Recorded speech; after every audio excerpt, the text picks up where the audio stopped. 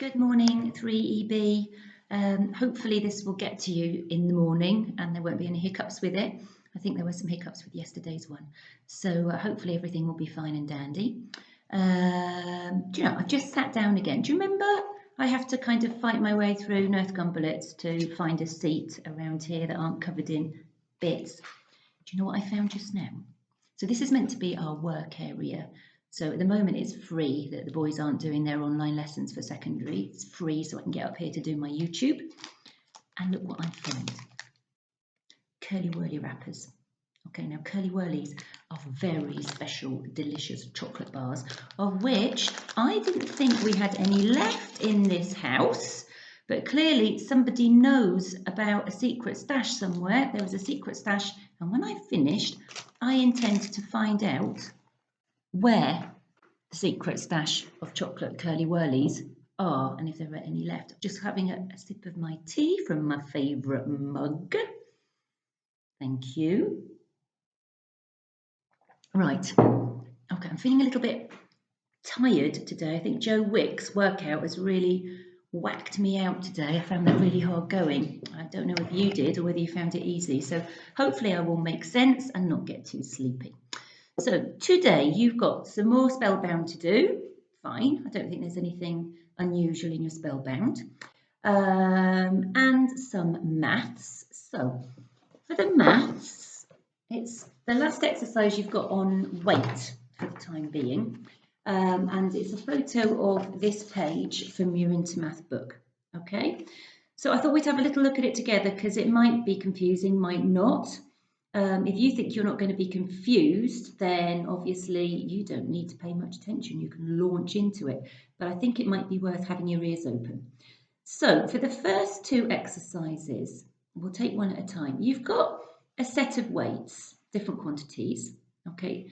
And then what you've got to do is order them from the lightest of these weights to the heaviest of these weights. Now, if they were all using the same unit of measurement, if they were all in grams, you'd know that the lightest would be the least number and the heaviest would be the largest number, the greatest number. But of course, it's not that simple because they're not all in grams. So I've written up the numbers that you've got to work with. Get my head out of the way here, okay? So my suggestion to you is before you start to work out which is the lightest, to try and put them all into the same unit of measurement. So in this case, rather than having this number of grams, this number of kilograms, grams, kilograms, why don't we make them all grams so that we can then compare the numbers much more effectively?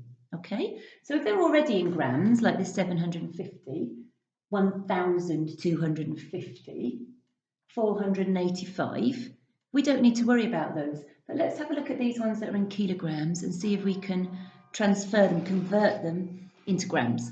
Okay, so this half kilogram here, half of a kilogram. You're probably really good on this now through your recipes. Here go the bells again. I time it brilliantly, don't I?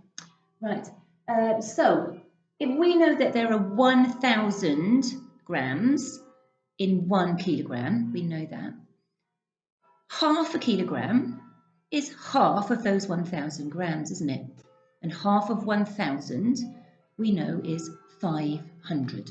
So I'm just going to make a note of that, and you can make a note of it on a piece of paper, or you might have the printout, or you can just do this on a piece of paper. You don't need to print off the Into Math page. So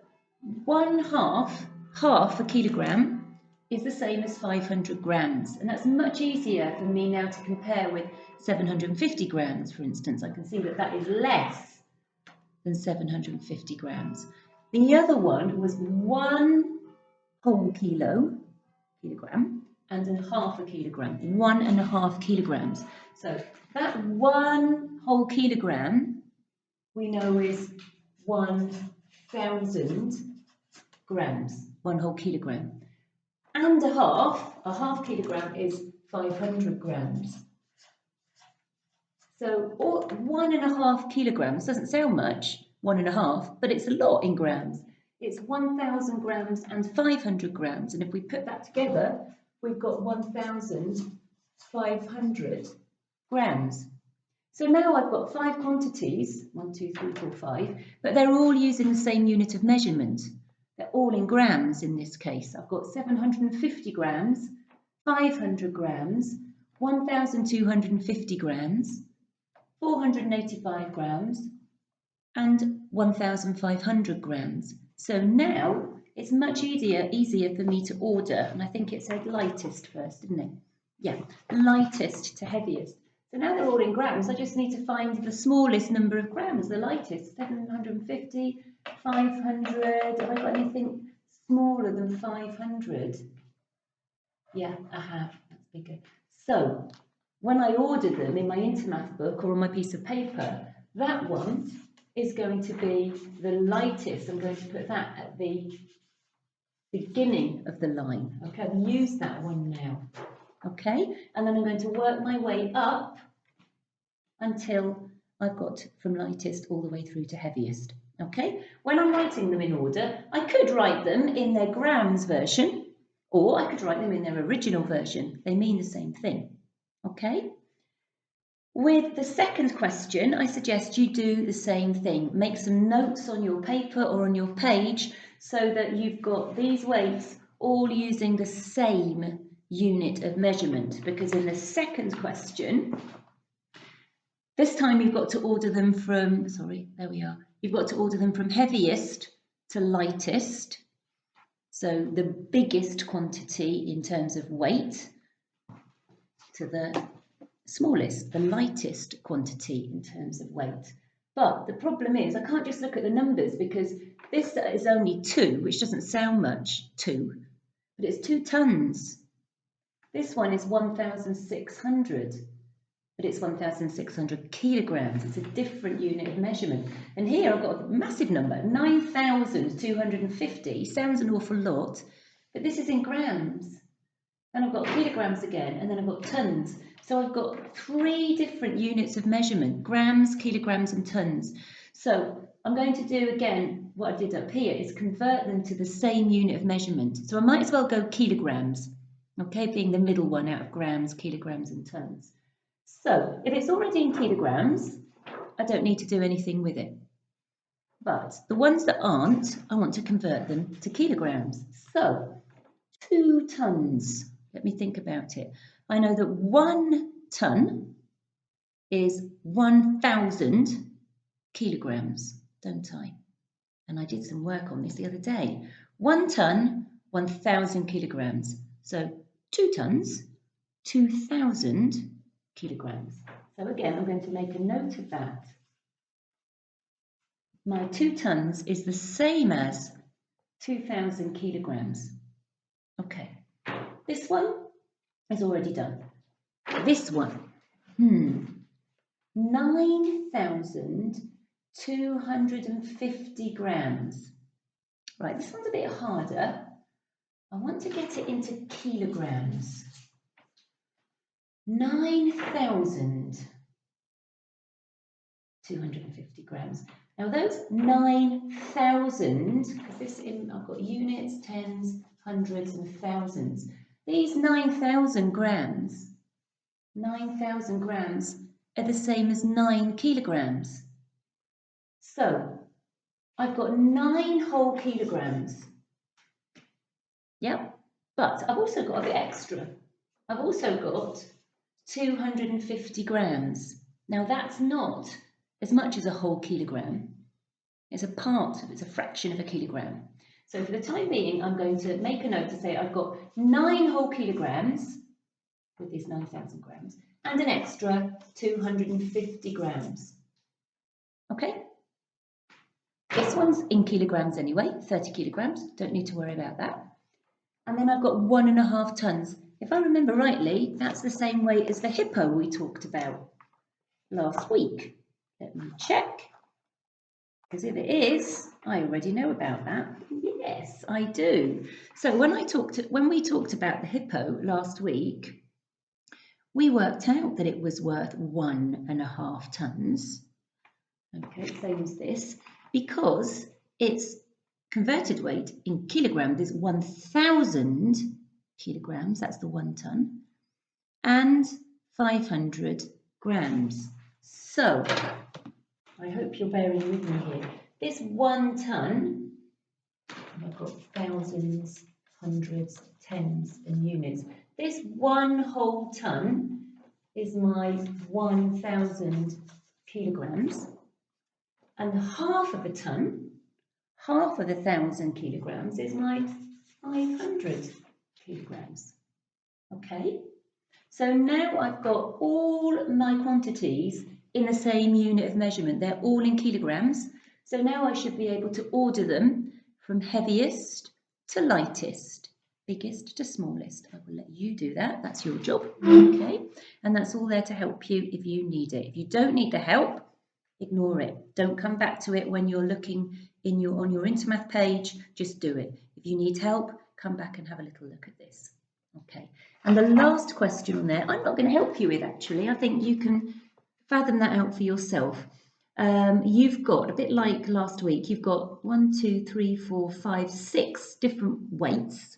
But be careful because some of them are in tons, some of them are in kilograms, and some of them in grams. And then you've got 6 items, and you need to imagine that they represent a normal sized tiger, normal sized bunch of grapes, a normal sized paperclip, coin, travel case, and camel, and decide which weight would be the most suitable for each of those items. Okay, so that's your maths. Take as much help as you need. Pause it, do whatever you need with the film. Okay, what else? Yeah, now your muscles work for today. I found another Operation Ouch film. I hope you're enjoying those. I find them fascinating to watch with Dr. Zand and Dr. Chris. And the one you've got that you'll find today, when it starts, the first half of it isn't actually about muscles. It's about your skin healing up when you get a burn. It's got absolutely nothing to do with muscles. It is interesting, but you don't need it for your work. And it is a little bit gooey to look at with these poor children that have got some quite bad wounds on their skin from burns. It's a film that's designed for children, so it shouldn't freak you out too much. But if it's something that makes you think, oh no, I don't want to look at those poor children with their burns on their skin, fast forward it till you see a part that says, guess that muscle with Simone. And you'll get to see part of a film where one of the doctors is interviewing this very strong young lady about her particular sport, calisthenics, and they get to measure how hard her muscles are working. Okay, so it's really good reminding ourselves about our muscles, and it's really interesting. And it will also help you with the next exercise you have to do, which is a picture with, it's like a muscle man diagram, and I've picked out certain muscles that I would like you to label up. So by the time you've watched that film and you think back to the exercises from last week, whether they were physical exercises, words you heard maybe on the workout, or also muscle names that you saw on a sheet, you should be able, from last week, the sheet from last week, you should be able to do it. So it talks all about, on the sheet, trying to label up the main muscles. So we know we have hundreds of muscles in our bodies, and they all have different scientific names, but we're going to go for the most common ones. So I'm sure you already remember, because you've referred to it loads of times now, these ones that work in a pair. Okay, your biceps and your triceps. When you watch the video, you will learn about deltoids, which are the muscles right at the top of the arm. Okay.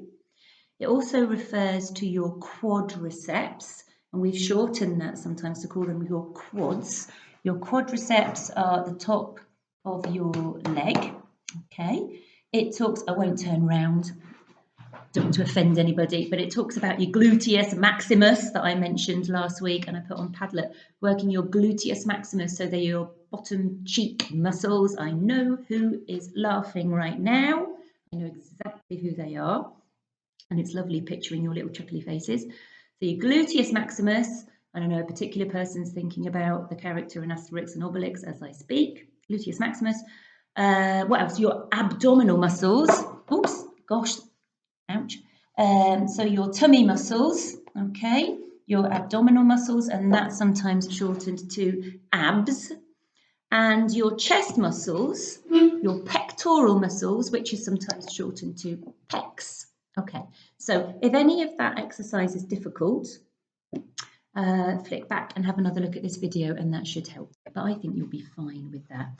If you can even learn those muscles, not to spell because they're ever so difficult spelling, but if you can just learn them, think, okay, these are my biceps, my triceps, my pecs, pectoral muscles, my abdominals, my abs, my quads, my quadriceps, my glutes, something that's short for gluteus maximus, my glutes, then I will be really, really impressed if you can learn some of those as well. But that's just an extra task. I didn't put that on the sheet. See what time you have. Okay, muscles. And what else is going on today? L2 will be working hard, I'm sure, on their Easter story. And yes, those of you that are working in L1 English on The Firework Maker's Daughter, your task for today, Tuesday, is to find some what I call strong adjectives from chapter 4. Okay, so first of all, we need to remind ourselves what's an adjective. I hope you can remember, but just in case you can't, I've taken a sentence from the story, a phrase from the story. It's about Leela. She didn't know about getting a flask of magic water. So those of you who know the story so far, that sentence will make sense. She didn't know about getting a flask of magic water. Okay, so these words have different tasks, different jobs, different roles in the sentence. So without spending too long time, the nouns in this sentence we've talked about before. The nouns are the things, okay? So the things, the people, the places, what have we got? I can just imagine you with your hands up and somebody is telling me, water! Yes, water is a noun, because we're going to need to refer to that in a minute. Water is a noun. What other things do we have, or places, or people? Yes, a flask. Okay, a flask is like a water bottle, something that can contain liquid. Okay, a flask. Any more? Yes, we've got she. Okay, it's a pronoun. It's a type of noun. It's replacing Leela's name. Okay, so we don't keep saying her name. So we've got 3 different kinds of nouns here. Okay, now an adjective, if you remember, is a word which tells us more about a noun. Okay, it describes the noun. It's a describing word. So if we take our nouns, do we have anything that describes she? No. So there's no adjective around here. Do we have an adjective that describes the flask? Is it a big flask, a small flask, thermos flask? No, we have no extra word that tells us more about the flask. So we've got no adjective around here. We don't always have adjectives in sentences. This is our last noun, water. Do we have a word which tells us more about the water? Oh, yes, we do. We have the word magic. Okay, so this is our adjective here. Okay, the adjective in this sentence is magic because it tells us more about the water. It wasn't hot, it wasn't cold, it wasn't icy, it was magic water.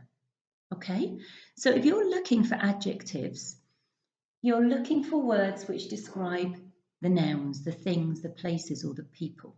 Okay, they're individual words, adjectives. Often in English, often they come directly before the noun, magic water. Sometimes they might come after. We could have had a sentence that says, the water was magic. The water was magical. The water was cold. I'm going to actually make magical as a better adjective in that sense. Okay, the water was magical. So they're not always right next to the noun, but they often are just before the noun. Okay, so you're looking for adjectives, and I've asked you to look for strong adjectives. So a weak adjective would be one that we use often: good, bad, nice, warm, cold. And they're overused adjectives. I'm terrible for overusing nice, lovely, great. Okay, they're quite, they're weaker adjectives. They don't really give you a strong idea about the noun.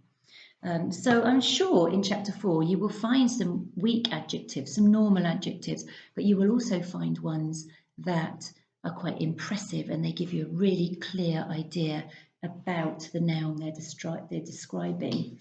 So even in the first paragraph of chapter 4, I was having a look. Over the noise of the shouts and the struggle, there came a sound like a mighty trumpet.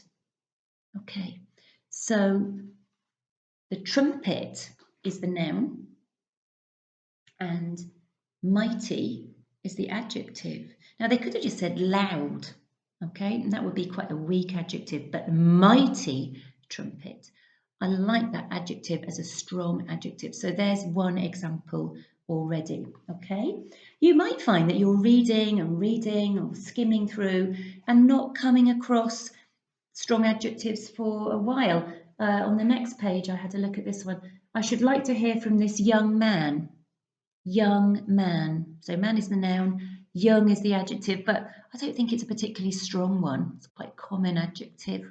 I'm not impressed with that one, but there are some fantastic ones in this chapter. So you go through and pull out ones that you think work nicely. Try and find at least 5. Okay, you might choose one that you think is strong, that somebody else might say is quite weak. It's your opinion. So we may not even agree on what is a strong adjective or not. You see what you find and see what you think. Okay, now we finished Stig. So I could maybe not read a story for a bit, but I found that quite difficult. I thought, this is something we do now with our distance learning. Maybe I think the children like to have a story. So if you want to tune into a new story, great. If you're not interested, you don't have to listen, but maybe try it today and see what you think. So I have picked this book called The Just So Stories by a very famous author, Rudyard Kipling. Now you might say, oh, I don't know Rudyard Kipling, I've never heard of Rudyard Kipling. But I bet many of you know the film The Jungle Book with Mowgli, Baloo, set in the jungle in India. Now that story was originally written by Rudyard Kipling, so maybe you are familiar with him without realising it. Okay. Now this is a book that he wrote for children. He wrote many books for children. He was British, but he spent a lot of his childhood in India. He grew up in India, so a lot of his stories are set in places that feel like they're in India, even though he may not say where they are. Okay, and these stories are what we might call a myth, in that each one of the stories gives a totally invented explanation as to why something, a particular animal, a particular place, is just the way it is. So, for example, there's one in here all about why the camel has its hump.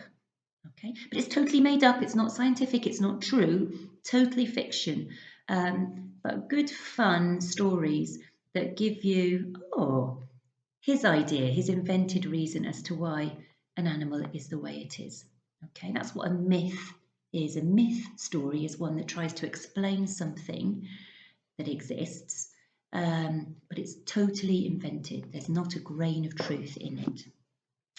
And one of the reasons I picked the Just So stories is that the author of The Firework Maker's Daughter, Philip Pullman, I was listening to an interview with him, and he said for him the greatest writer of all time was Rudyard Kipling. And he said that Rudyard Kipling inspired his writing. And as you're listening to these, I think you might, the L1 children, if English, might spot some similarities. We talked about how the Firework Maker's Daughter has no particular sense of place or time, and we might find the same with some of these. Also, Rudyard Kipling loved to invent words, And something Philip Pullman said about Rudyard Kipling was that he loved the way that Rudyard Kipling sometimes just uses words because they sound nice in the mouth. And there are many words in these stories that we won't understand. They are real words, most of them, but Rudyard Kipling throws them into the story because they just sound great. And I'm not going to stop every tip and turn to try and explain the meaning of the words, because the meaning doesn't really matter, funnily enough. It's just the sound that gives a great atmosphere to his stories. So these don't need to be read in any particular order. Each chapter is a different myth. I could read them in any order, and I think I'm going to start with how the rhinoceros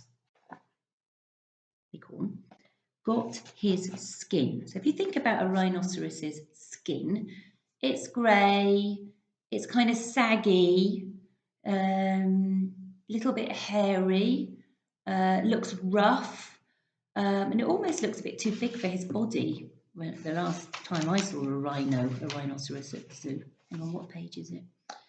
Page 25. It would help to get my reading glasses on. So bear with me, be prepared for some tricky words, and I think I'll be able to read all of it. It's not super long. And see what you think, and if you like them, let me know. We can do some more. If you don't like them, also let me know, and I'll change book.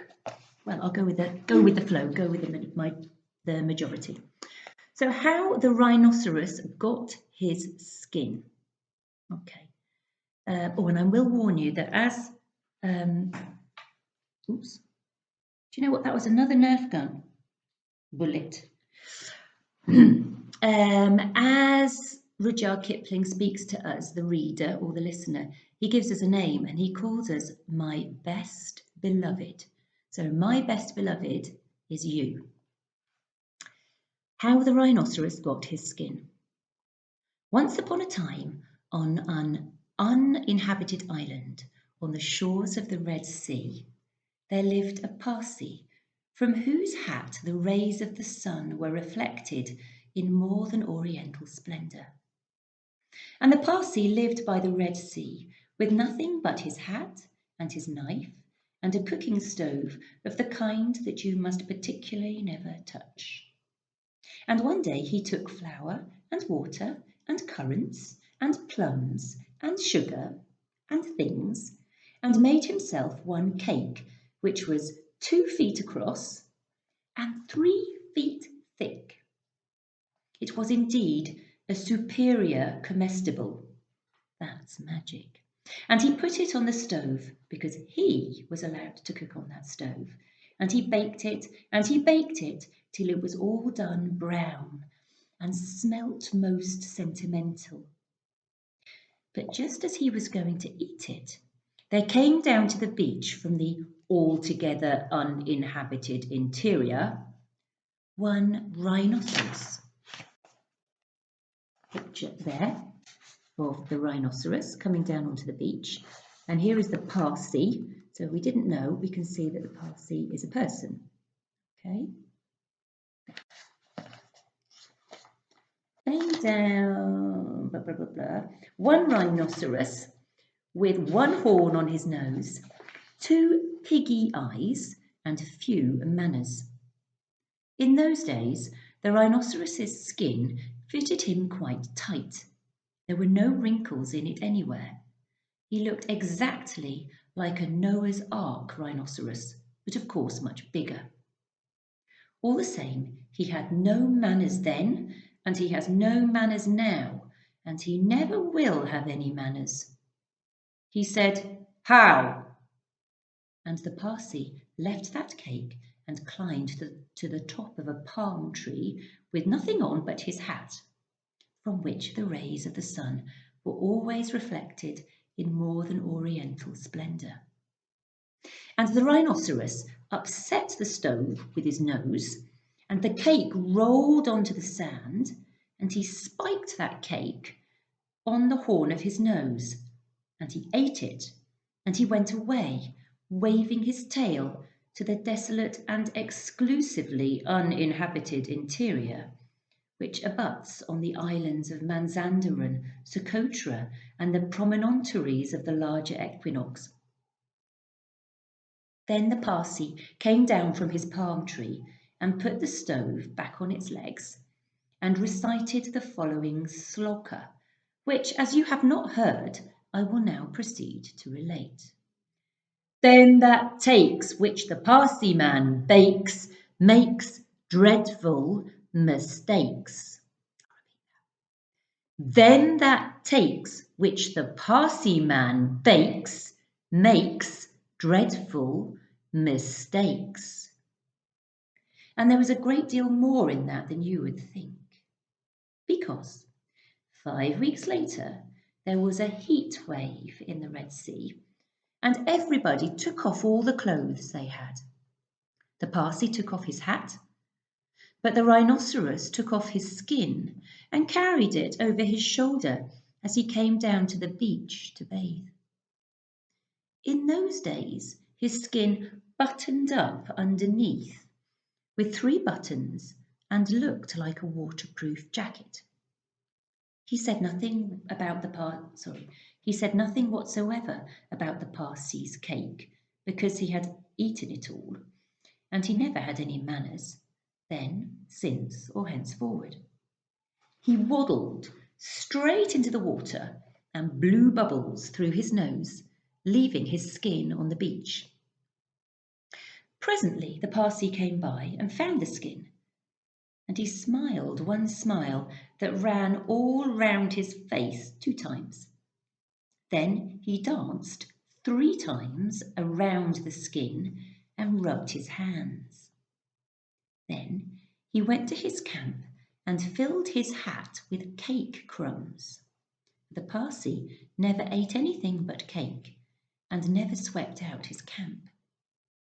He took that skin and he shook that skin and he scrubbed that skin and he rubbed that skin just as full of old, dry, stale, tickly cake crumbs and some burned currants as ever it could possibly hold. Okay, so he's filled the skin up with all bits of crumbs, and you know how uncomfortable that feels like if you've got crumbs in your bed, heaven forbid. Then he climbed to the top of his palm tree and waited for the rhinoceros to come out of the water and put it on. And the rhinoceros did. He buttoned it up with the 3 buttons, and it tickled like cake crumbs in bed. Then he wanted to scratch, but that made it worse. And then he lay down on the sands and rolled and rolled and rolled, and every time he rolled, the cake crumbs tickled him worse and worse and worse. Then he ran to the palm tree and rubbed and rubbed and rubbed himself against it. He rubbed so much and so hard that he rubbed his skin into a great fold over his shoulders and another fold underneath where the buttons used to be. But he rubbed the buttons off because he was rubbing so hard. And then he rubbed some more folds over his legs. And it spoiled his temper, but it didn't make the least difference to the cake crumbs. They were inside his skin and they tickled. So he went home very angry indeed and horribly scratchy. And from that day to this every day, Rhinoceros has great folds in his skin and a very bad temper, all on account of the cake crumbs inside. But the Parsi came down from his palm tree, wearing his hat, from which the rays of the sun were reflected in more than oriental splendour, packed up his cooking stove, and went away in the direction of Orotavo, Amygdala, the upland meadows of Anantarivo, and the marshes of Sonoput. And that, best beloved, is how the rhinoceros got his skin. There, short and sweet. So I hope you enjoyed that Just So story, which explains just so, just how rhinoceroses have such baggy skin and always seem to be quite so grumpy. Let me know what you think. Right, what else? Thank you for, there are some heritage projects going on the Padlet and they are fantastic. That's on the heritage wall. I'm loving seeing your faces and things that you are getting up to by looking at the working wall. They make me laugh, they make me smile. So keep it up, keep working hard, and I shall see you tomorrow.